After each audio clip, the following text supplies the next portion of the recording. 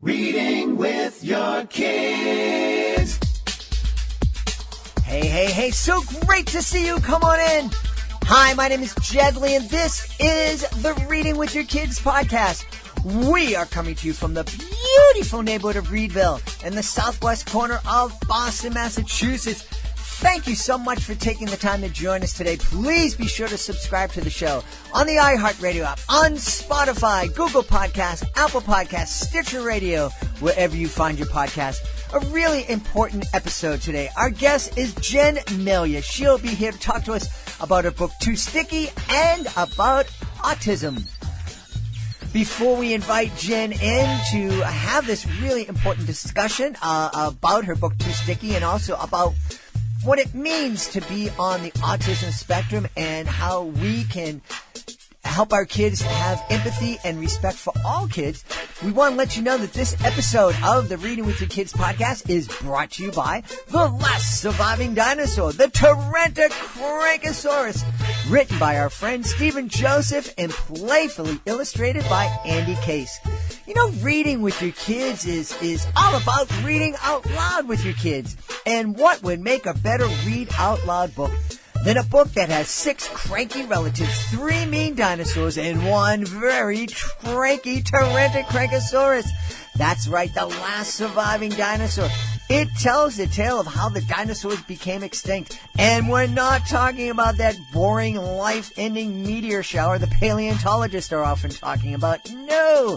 The Tyrannosaurus is so cranky that she makes all the other bigger and meaner dinosaurs disappear. That is, until she comes across the only dinosaur who is immune to her incessant complaining. That's the Tyrannosaurus. These 2 dinosaurs evolved into humans, and that's where cranky people come from. Throughout this illustrated book, we're reminded to always be mindful of when and how often we complain. And that is a lesson that all readers, both young and old, can benefit from. The Last Surviving Dinosaur, the Tyrannosaurus by Stephen Joseph, is available online at Amazon, Barnes & Noble, and many other sites where books are sold. Joining us on the line right now from beautiful Virginia Beach in Virginia. She is the author of a really important book called Too Stickey, Sensory Issues with Autism. Please welcome to the show, Jen Malia. Jen, how are you? Great. Thanks for having me. I'm really happy to have you on. You know, autism is just this thing that is so not understood. I was going to say misunderstood, but I think it's more appropriate to say not understood. People are very familiar with the term these days. I was in human services coming out of college, so I was working with kids that were on the autism spectrum 35 years ago, and kids in that who were diagnosed on that spectrum at that time were very non-typical, and we're oftentimes in residential homes and things like that. But our understanding of autism has really grown. Our, the size of the spectrum has really grown. But I still don't think that people are really familiar with what it is. And I'm going to ask you to probably answer a question that you can't answer. But are you able to shed any light into telling us what autism is? Yeah, I can give you kind of an overview. So, to be honest, I didn't know much about it until I realized that I saw some symptoms in my daughter that I was trying to investigate and figure out what it was that was going on with her. And so what that led to was getting both her and myself diagnosed once I learned about it. So my understanding of autism when I first, all I had really known before, I was diagnosed with my daughter about 3 years ago was what I saw on Rain Man. That was my idea of what autism was. And just to kind of put it in perspective, a basic sort of way of thinking of it is a difference with the way the brain is wired. So if we take it from a very basic level, It can just be about 90% of it, I would say, is something that is more internal, and only maybe 10% of it is external. So it's really hard to see what's going on internally with someone. If you see someone, it's very hard to identify, whether or not they are having these internal struggles. And a lot of it, like I said, it has to do with just the way the brain is wired. And so the spectrum, as you already mentioned, is very wide. It goes from, on the severe end of the spectrum, you might have a kid that's nonverbal, that has severe challenges with just day-to-day living. And on the other end of the spectrum, you might have someone who is like what we think of as a savant, someone who has these these different skills that are way beyond, something, maybe only a very small percentage of those who are on the autism spectrum are considered savants, but basically what we think of in terms of what Rain Man, or the show The Good Doctor, sort of the surgeon and the good doctor. Yeah, I was just that is what I was going to go to. My wife is right now marathoning that. She just discovered that series on Hulu, and she's going through all the seasons right now, and it's fascinating. She's a special needs teacher, so she's been dealing with kids at various places on the autism spectrum for a long time. She hasn't dealt with any kids who've become a surgeon at 16, so I think that show is fascinating her. But, you bring up a really interesting point, and an important point, too. You mentioned that, someone, a way to think about autism or a person with autism is that their brain is wired differently. And while we don't actually have wires, plastic with coating inside our brain, we do have these neural pathways. And so in that way, the brain is wired. And I guess there's a way that most brains or a typical brain is wired and processes information, and then folks on the spectrum, that information is processed a little bit differently because the wiring is a little bit differently. Yeah, that makes a lot of sense, and I think when I try to explain it to kids too, because I have 2 kids that are on the autism spectrum, I just talk about it as your brain is. It works a little differently. It's a difference rather than I don't want my kids to feel ashamed of their autism. And so I think of it as it's part of their identity. It's not like you can separate the autism from the person. So I consider myself, I identify as autistic, and I also want my kids to feel like, I have a different way of processing things, but that doesn't necessarily mean it's a bad thing. Yeah, and I think that is really, really important. It's kids who are on the autistic spectrum. They're not broken. The way they're wired isn't bad or wrong. It's different, and that's just.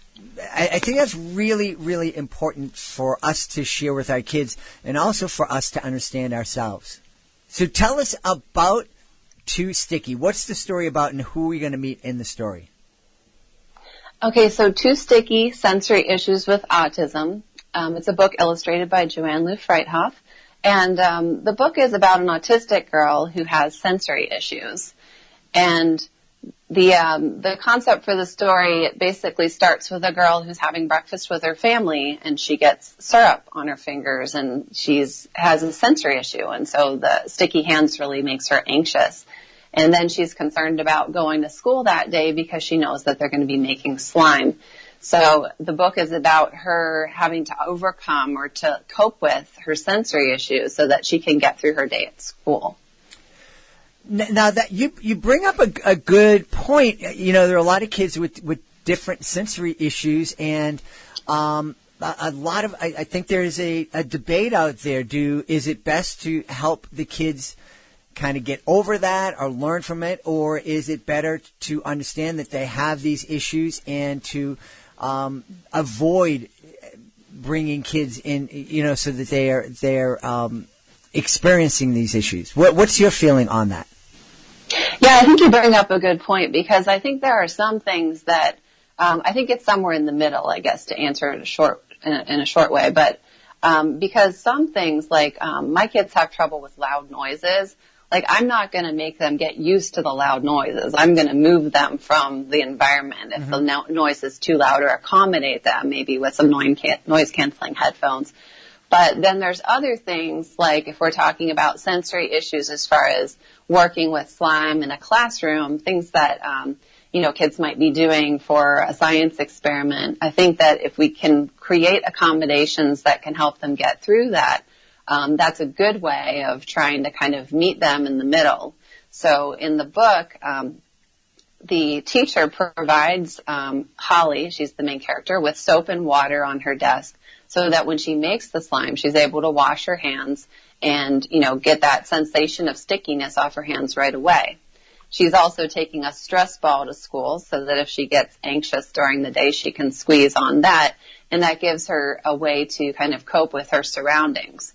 But I think you bring up a good point, but there are some sensory issues that, whether it's loud noises or bright lights, things like that, you can provide a kid, any kid who might have a sensory issue, whether they have autism or not, with sunglasses. But if they really are having a lot of trouble being in, a room with really bright lights, there's only so much you can do. Sometimes you have to just change the environment. Mm-hmm, mm-hmm.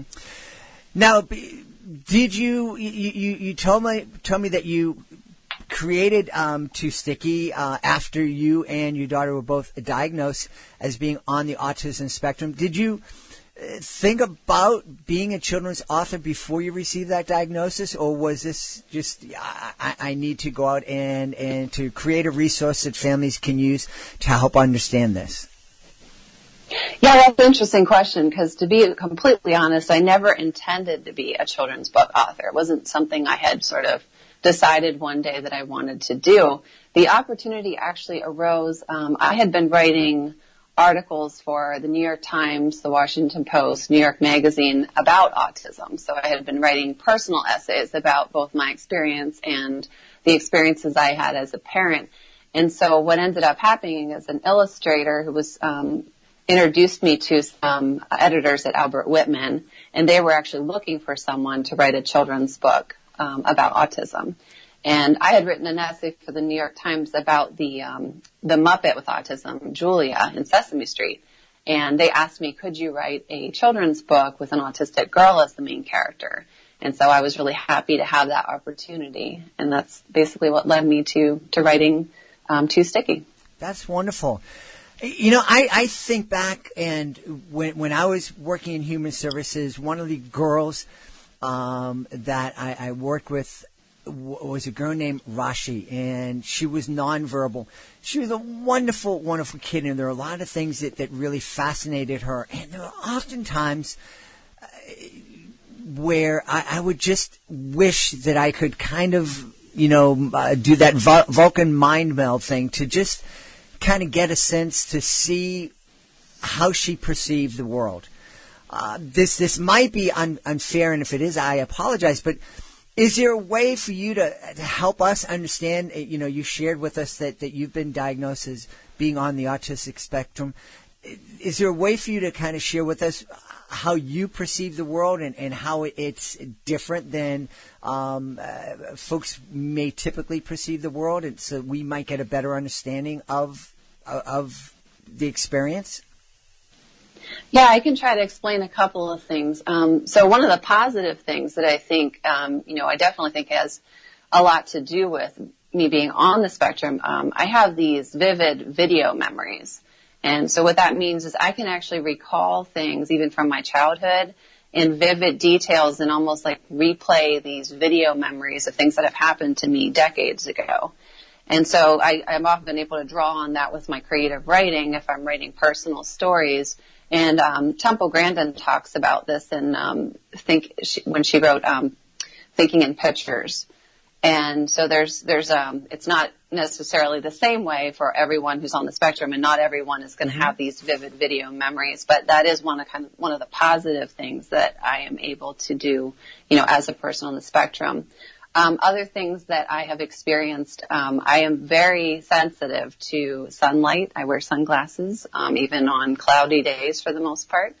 I have I get overwhelmed really easily. So a lot of things that overlap with, one thing that overlaps a lot with autism and even ADHD, which a lot of people think of that as the, where you have trouble with, like, it's basically the brain's ability to organize information, the executive functioning. So in other words, being really overwhelmed with, a lot of different tasks coming at you and having trouble organizing things.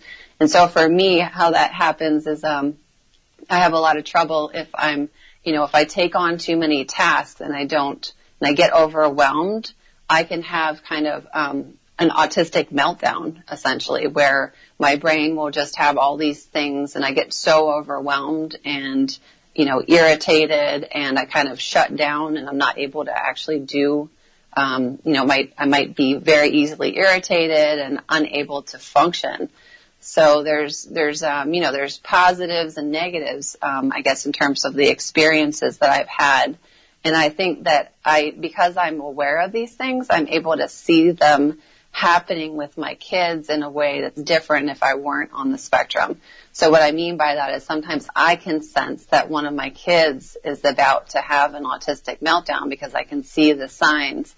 I can see how they're getting overwhelmed, or I can tell that they might be bothered by lights or, sensory input that's coming. And so that being able to kind of see those things happening with my kids, I think, has helped me as a parent. Yeah. I think it's important for us to kind of, have a lot of empathy for folks who are, facing different challenges and, and dealing with sensory issues. I know myself, I haven't been, no one's ever sat down to diagnose me, but I have an incredible aversion to, really loud, high-pitched noises. I just, I have to throw my headphones on when my wife is vacuuming sometimes. So, and I think that this is just very mild in me. I imagine that for some kids, it can be a really painful experience to be in a room. I do educational magic shows. Oftentimes there are kids who have to leave the room because, when there's 500 kids and they're cheering and they're laughing, suddenly what everybody else is experiencing as a really fun thing is painful to this other kid. Yeah, and I think a lot of times it's really unpredictable. So, like, I might not, I can wake up one day and think, everything's going just fine today. And then something might, it sometimes will build up, and maybe I'll go to a social event, because social events are difficult for a lot of people like me on the autism spectrum. And maybe I get overwhelmed with just feeling like I need to, present myself in a certain way, or, trying to look interested by making more eye contact than I normally would, or just having difficulty with feeling comfortable, in a social environment.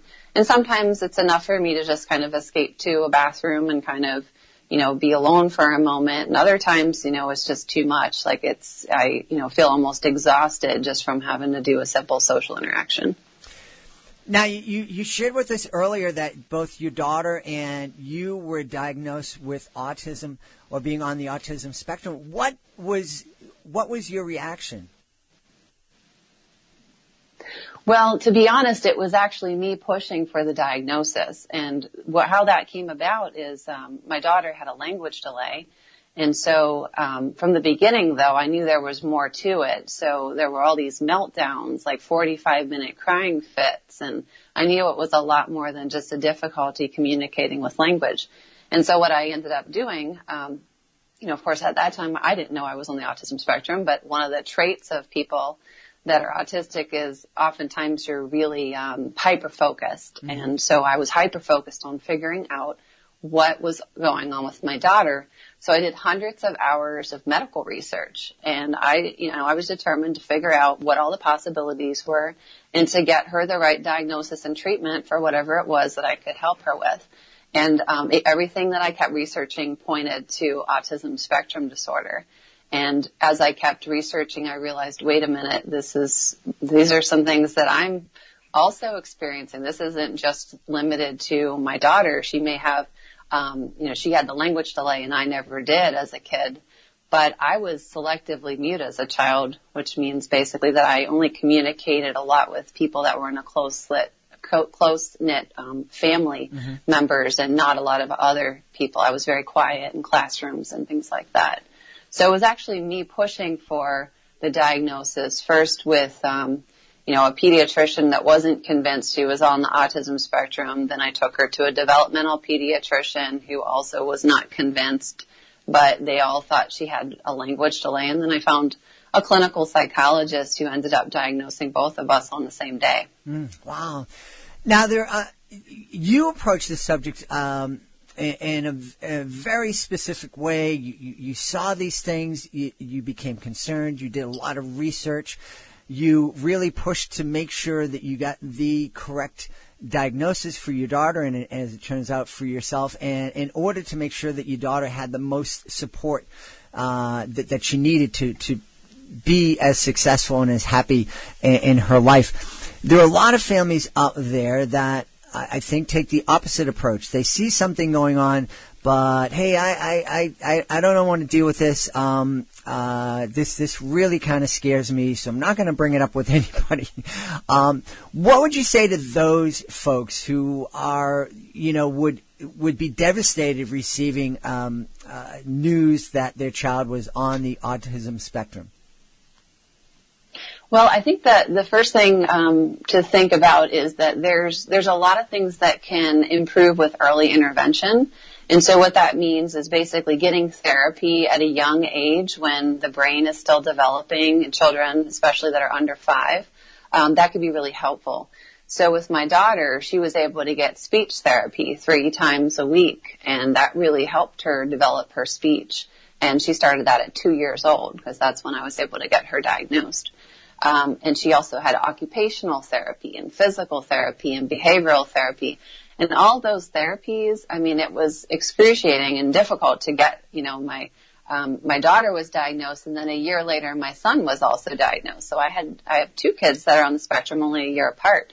And, they both had a lot of therapy, and they still do. They are now 6 and 5 years old, and they are still, getting, a certain number of hours of therapy per week.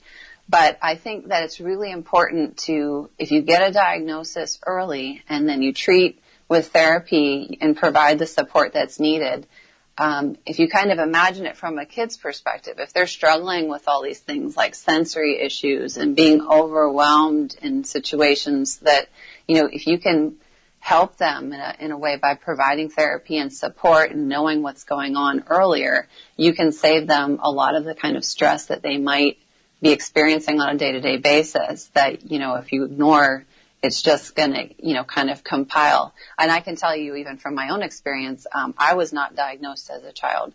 And so I was selectively mute, and I had difficulty with making friends and having social situations throughout my whole life. And it wasn't until I got married and had kids that things got to the point where they were so overwhelming that I was really struggling, not only, with my day-to-day kind of, taking care of my kids. So even though I didn't discover this till I realized my daughter was on the spectrum, I had already been struggling quite a bit, just not realizing what the reason was. Mm-hmm. Mm-hmm. Now, we both kind of talked about the fact that our understanding of the autism spectrum is really grown. And whereas, when I was in human services, the thought was that a very, very small percentage of kids are on this thing called the autism spectrum. And right now, I've seen different statistics, but I saw one statistic that said, maybe 1 in 54 boys are going to fall on that autism spectrum. So the number of kids that are being diagnosed on the spectrum has really exploded. Is it just because our idea of autism has grown and that's our idea of what the spectrum has grown? Or is there something, are there more kids who are on, who are dealing with autism these days? Yeah, I'm not sure what the answer to that is, but I do know that there has been a lot more research on, a lot of the research that had been done initially had been on boys that were on the autism spectrum. And so there are, the CDC's statistics, the Centers for Disease Control and Prevention, is that for every one girl that's diagnosed, 4 boys are diagnosed. And so since a lot of the research had been done on boys initially, the diagnostic instruments that were used to diagnose were also created with autistic boys in mind. And so there's this perception, at least, that there might be a lot of misdiagnosed or underdiagnosis of girls who are on that spectrum. But as you pointed out, there's already an increase overall. The latest statistic I've seen with the CDC is 1 in 59 American children are now being diagnosed on the autism spectrum. And that's a huge, difference compared to what had been in the past. So whether or not it's a matter of just there being a better way of identifying autism spectrum disorder, or whether there is in fact an increase, I think that's something that researchers are trying to figure out. Tell us, is there, and again, this may be unfair, is there a cause? I hear a lot of people saying, well, don't vaccinate, don't do this, don't do that, because it's causing autism. What's your research telling you? Well, when I wrote an article for the New York Times recently, and it's called "My Daughter and I Were Diagnosed with Autism on the Same Day." And in that article, I actually interviewed a lot of autism researchers and talked to them about, one of the studies that has come out recently, identified a large percentage of. There's a lot of evidence that it is a highly genetic disorder, autism spectrum disorder. In other words, there's a lot of evidence that, not in all cases, but there is a lot of evidence that points to the genetics. So whether or not it's if you have a parent that's on the spectrum, or perhaps, someone, further, in the family line, there's just a lot of evidence that genetic is a very big factor. Now, there's also, of course, environmental factors, but a lot of the research now is pointing to the genetics being a lot bigger than they had thought it would be in the past. Such an important issue, so much information that we're discovering, so much information for parents to take in. I imagine at some point a lot of parents are overwhelmed. Are there one or two great places where folks can turn to beyond just their pediatrician or the neurologist if they're looking for more information about autism and how to support kids on the spectrum? Yeah, I think there's a lot of different, I think a really good place to start is to read the work by other autistic authors. And what I mean by that is there's lots of good memoirs that are available, so you can kind of get that inside perspective. Temple Grandin's Thinking in Pictures I already mentioned, but she has a whole body of work. John Elder Robinson has also written Look Me in the Eye, a great memoir, and he also wrote Raising Cubby, which is a book that he wrote about raising an autistic son. And I think so there's a lot of personal essays out there as well, but getting that perspective from other people that are on the spectrum, I think, provides another sort of way to look at autism that's different than, sort of the research you might find in sort of medical literature. Mm-hmm. But I think that perspective is really important. There is a hashtag on Twitter called Ask Autistics, and you can actually, there's a big community on Twitter with, the actually autistic hashtag is what a lot of autistics use when they're discussing things on Twitter, and the Ask Autistics hashtag is a great way for people that are not autistic to ask questions of other people who are on the spectrum. And I think beyond that, there's also a parenting nonfiction book that's Deba Reber's Differently Wired is the name of it. So that's another, I think, good reference because it specifically addresses how to parent sort of neurotypical kids. This is a really, really important, and I love that you've created Too Stickey for us, and I think it's a great resource for families with kids who do fall on the autism spectrum.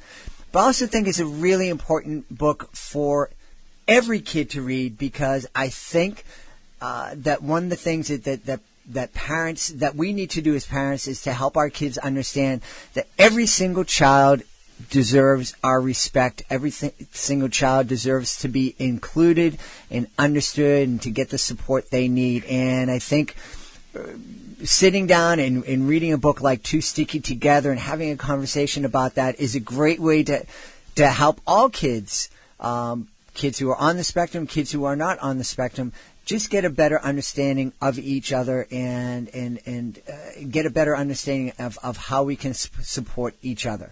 Where can folks go online to find out more about Jennifer Malia and Too Stickey? So on Twitter, my Twitter handle is Jen Malia Books, and I'm also on Instagram with the same Jen Malia Books. I also have a website that is jenmalia.com. Awesome. We've been speaking to the author of Too Stickey, Jen Malia. Jen, thanks so much for being part of the show. Thank you so much for having me. Please be sure to join us for the next episode of the Reading with Your Kids podcast. Our guest will be Catherine Baralaga. She is the author of This is Freedom, Raina's Story. That's the next episode of the Reading with Your Kids podcast. If you are the author of a great children's book and you're finding it difficult to help your book stand out from the crowd of books that are published every single month, may we suggest that you check out our Reading with Your Kids Certified Great Read program. It's a fabulous program that really has helped a lot of authors. Lori Olinsky, who is a 2-time Reading with Your Kids Certified Great author, tells us that having her books named Certified Great Reads gives her an added boost of confidence anytime she is marketing her book, bringing it to a bookstore or a library or marketing her school appearances. And Lori is somebody with a great deal of corporate marketing experience. If she thinks that this is a worthwhile program, doesn't it make sense for you just to check it out? You can go to our website, readingwithyourkids.com, click on the Author Services button at the top of the page, and you'll find out all about this great program, the Reading with Your Kids Certified Great Read program. I want to thank the folks who made today's show so very wonderful. Of course, we want to thank our guest, Jen Malia. Be sure to check out Too Stickey. I also want to thank our sponsor, Stephen Joseph, the author of The Last Surviving Dinosaur, the Tyrannosaurus. I want to thank my amazing team. Thanks to my producer, Fatima Khan. Thanks to my author ambassador, Peggy Cotto. Thanks to my beautiful wife for all the support she gives me. But most of all, thanks to you. This is an incredibly difficult time, an experience that none of us have navigated before. Thank you so much for being there for your children, for your family, keeping them safe, and spending quality time with them. Thank you so very much. That love that you are showing them is making the world a better place and is going to help us all get through this. I'll be looking for you in the next edition of the Reading with Your Kids podcast.